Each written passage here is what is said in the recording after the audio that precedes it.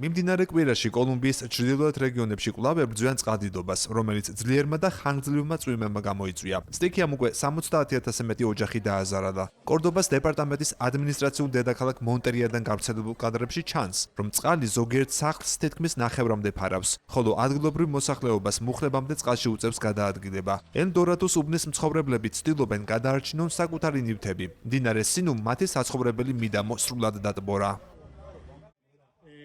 მდგომარეობა ყველა მხრივ კრიტიკულია. დაკარგული და დაღუპულია ცხოველები. ადამიანები ცდილობენ თავიანთი სახლებიდან გადაარჩინონ ის ნივთები, რაც ჯერ კიდევ დარჩათ. ეს არის ტრაგედია, რომლის წინაშეც დღეს ვდგავართ. ფიქრობ, მდგომარეობა დიდი ხნის განმავლობაში უცვლელი დარჩება. წყალი კვლავ გვიტევს, ამ ხეობაში გროვდება და აქ დარჩება მანამდე, სანამ მთლიანად არ გაივლის სადრენაჟო სისტემას. თუმცა სანამ წყალი ისევ მოედინება და გასავალს ვერ პოულობს, ის აქვე დარჩება. დახმარება გვჭირდება.